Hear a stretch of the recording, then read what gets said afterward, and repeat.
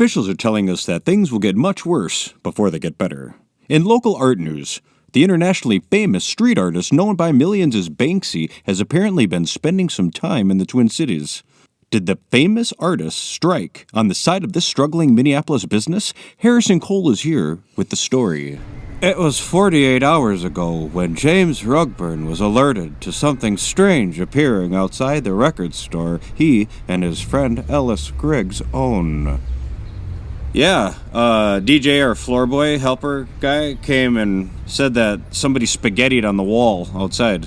I asked him, "What did you say?" And he repeated, "Someone spaghettied on the wall outside." And I said, "Oh, you mean graffiti." His brain is different.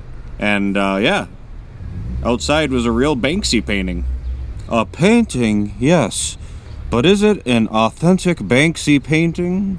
The artist's last piece was valued at over $45 million.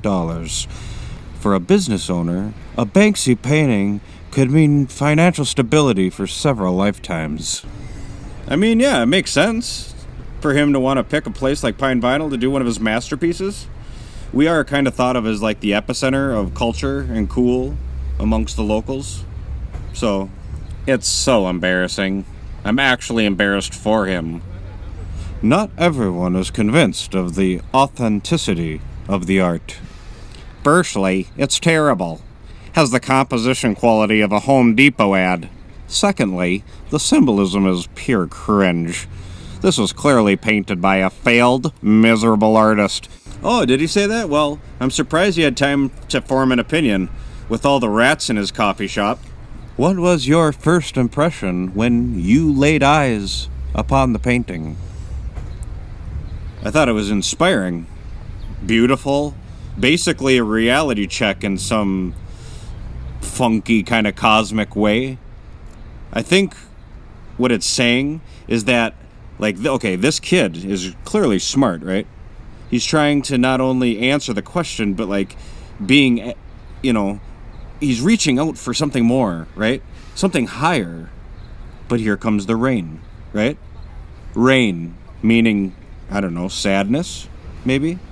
But it also means life, right? Water is life. Well, look at the book. What does it say on the spine of this book? The word life. So, I think it's saying that there is it's like a cycle. Life and death. It goes around and around. If I was going to name this piece, I'd call it The Concussion. Why? Because it makes brains die. We sat down with Banksy historian Walden Leonard and asked him if he thought this was an authentic Banksy. No. Why? Look at it. Look, people have opinions about art all the time. That's art. Look at, the Sistine Chapel or like this David statue. I mean, some people can look at the David statue and be like, no way, that's not good. Look at how big the hands are. And others are like, no, that's awesome art, right? Big hands are cool, So what the critics say doesn't matter. If they think it's so easy, let them try to do it then. Did you paint the picture on the front of your store? What? What are you accusing me of? Did I paint that picture? No. I don't have the skill set to paint something that perfect. Why would I lie and say that I painted Banksy? Money.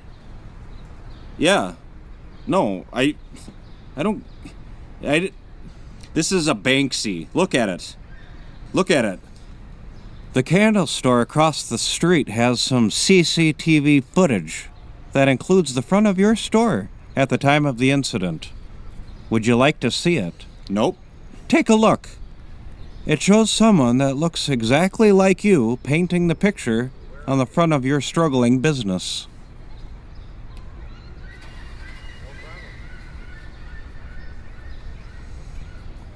Did you paint the picture on the front of your store? It's still a cool picture, though. Isn't it?